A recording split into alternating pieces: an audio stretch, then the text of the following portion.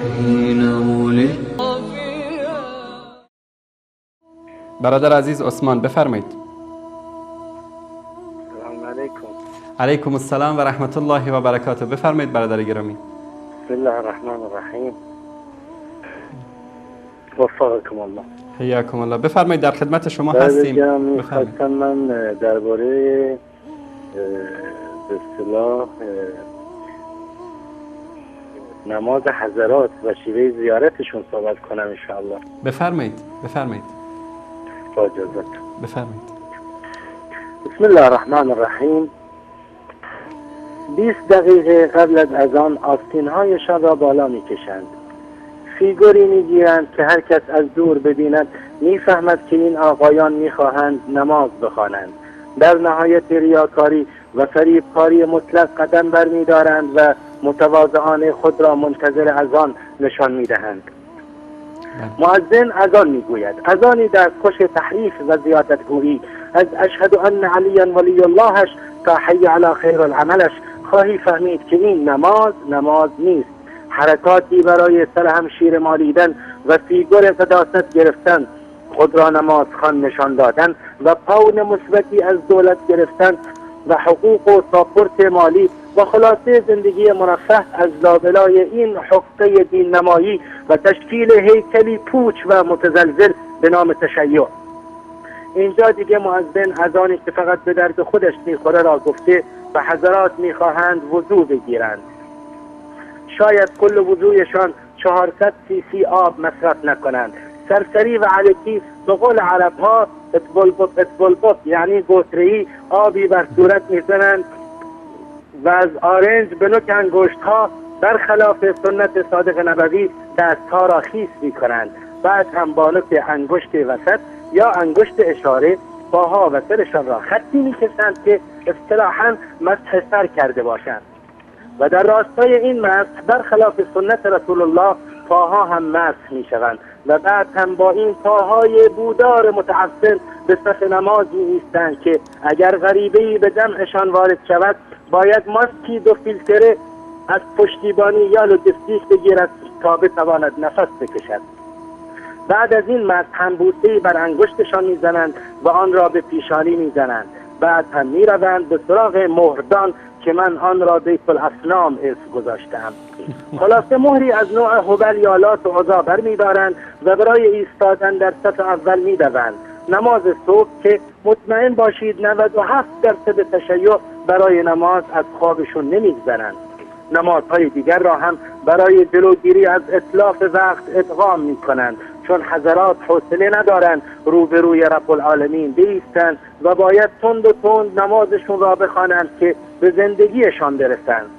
نماز ظهر را با عصر می‌خوانند و نماز مغرب را قاطی نماز عشا می‌کنند و هیچ تقید و پایبندی بر قول الله متعال ندارند که می‌فرماید ان الصلاة كانت على المؤمنین کتابا موقوتا، یعنی نماز فریضه است بر مؤمنین در وقت خودش. آخر اینها مؤمنند که بخواهند این فریضه الهی را در وقت خودش ادا کنند. بهشان میگویی بابا شما که بعد از نماز ظهر مبادرت به اقامه نماز عصر میکنید، الان که هنگامه عصر نشده و اسامی نماز بارزترین دلیل بر اقامه جداگانه نماز هستند، به دروغ به رسول الله بهتان میبندند که به این شکل نماز میخوانده. رسول مکرم در سفر و حضر و یا در غزوات نمازهایش را ادغام میکرده، نه در تمام مراحل زندگی، اما میبینید که گوششان به این حرفها بدهکار نیست. بر فرض این که زندگی شما آنقدر مهم است که وقت ندارید روزی 5 بار در پیشگاه رب العالمین به نماز بایستید، این تسبیحات اربعه را از کجا در نماز جای داده اید؟ رسول معظم که به این شکل نماز نمیخونده. میگویند فاطمه زهرا خواب نمی رفته. رسول الله بهشان میگوید 33 بار سبحان الله، 33 بار الحمدلله و 34 بار الله اکبر بگو تا آرامش به دلت وارد شود و بتوانی راحت بخوابی. خب این که برای آرامش حضرت فاطمه بوده، پس چیست به نماز؟ چرا عوض قرائت سوره حمد در رکعت سوم نماز مغرب و رکعت‌های سوم و چهارم نمازهای ظهر و عصر و عشا تسبیحات اربعه می‌خوانید؟ حضرت فاطمه که این تسبیحات را خواندند، آرامش گرفتند، خوابیدند و بعد فوت شدند و به لقاء الله پیوستند. و شما هنوز در این بدعت و ضلالت و جهل خود پافشاری میکنید. وانگهی چه کسی به شما اجازه داده که امورات شخصی حضرت فاطمه رضی الله عنها و خواب و عدم خواب یا آرامش و عدم آرامش ایشان را در نماز جای دهید؟ والله دروغ میگویید. نه دلتان برای زهرای اطهر سوخته، نه سنت پدر گرامیش را برمیتابید. آخر شما مذهب 70 فرقه‌ای، نقطه‌ای روشن و مثبت در کارنامه‌تان دارید. قرامته، حشاشون، جارودیه، اسماعیلیه، سبعیه، حوثیین، زیدیه، نصیریه که هر کدام از دیگری وحشیتر و خرافتر که حتی ارزش اشغال فضای یک ورق را ندارید. و اما برگردیم به موضوع نماز. بعد از اتمام نماز هم به سه طرف جنوب و جنوب غربی و شمال شرقی نیستند و به زعمشان زیارت میکنند. زیارت امواتی که هیچ کاری از دستشان بر نمی آید و اگر قدرت داشتند حداقل طول عمر خود را طولانی تر می کردند. معتقدند که این زیارت اگر از نماز بهتر و واجبتر نباشد حداقل مکمل نماز است. زیارت سه سمت که یکی حسین ابن علی و دیگری امام رضا رضی الله عنهم و سومی صاحب الزمان مزعومشان. من نمیدانم برای زیارت این موجود افسانه‌ای چرا به طرف جنوب رو می کنید. آیا او از طرف جنوب ظهور می کند؟ او که از طرف آسمان می آید، پس باید به کمر بخوابید و به طرف آسمان رو کنید و زیارتش را بخوانید.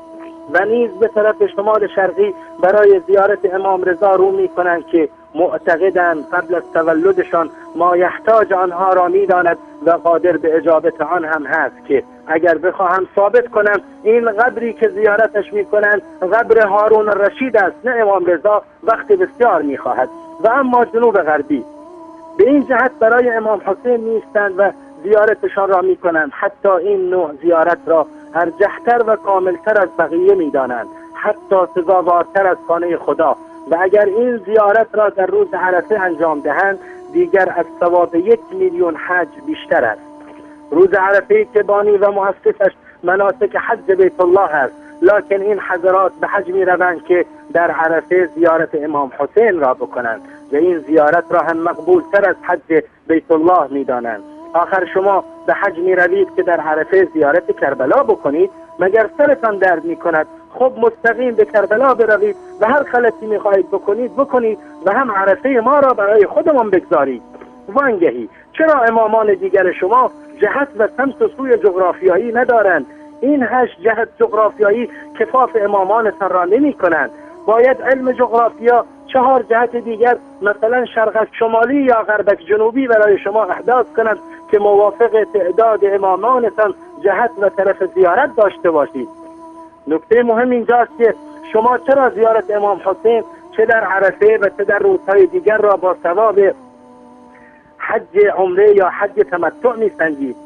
چرا نمیگویید زیارت قبر امام حسین برابر با 1 میلیون ثواب اطعام فقیر، یا برابر با 1 میلیون اجر نوازش یتیم، یا برابر با ثواب 1 میلیون رد کردن کوری از عرض خیابان است؟ و یا چرا زیارت امام حسین را با ثواب اعمالی چون زکات، نماز، انفال یا ایثار و جهاد در راه الله متعال و یا حتی زیارت قبر خمینی یا دیدار خامنه‌ای یا همنشینی و هم صحبتی با خاتمی یا هاشمی و یا حتی ذکر کردن عمار یاسر بنیتی یا نظر برای سلمان فارسی یا مقداد نمی سنجید؟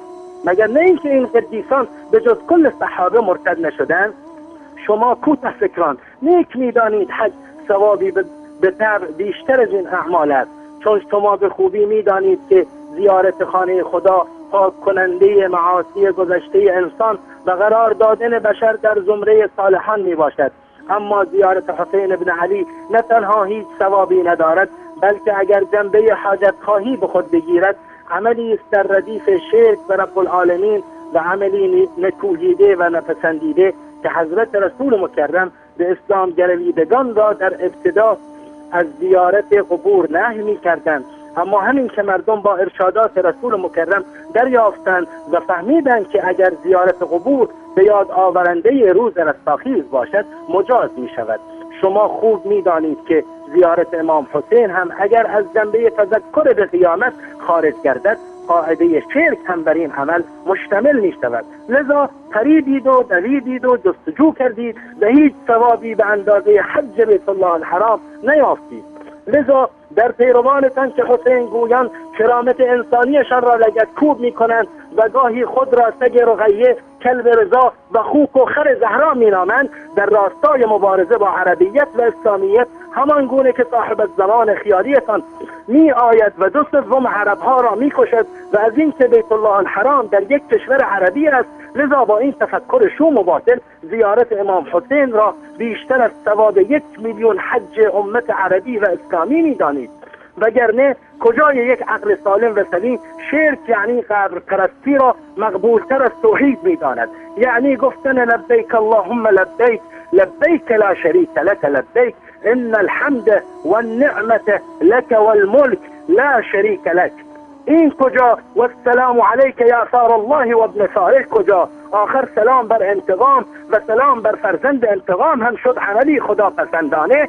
آخر خردتان کجاست؟ ما لکم کیف تحکمون؟ چگونه به قضاوت می نشینید؟ از الله متعال می خواهیم که اگر قابل هدایتید هدایتتان کند و اگر نیستید در نهایت روسیاهی و بی آبرویی نابودتان کند. چرا که خسته من کردید، خسته شدیم از هر چه از اراجیفتان بگوییم کم گفتیم. آنقدر شریعت متزلزل و کاهی و چون تار عنکبوتی دارید که نه تنها سست و ناپایدارید بلکه الکی خودتان را هم حقه حق می دانید، اما از یک مگس بی خاصیت ترید.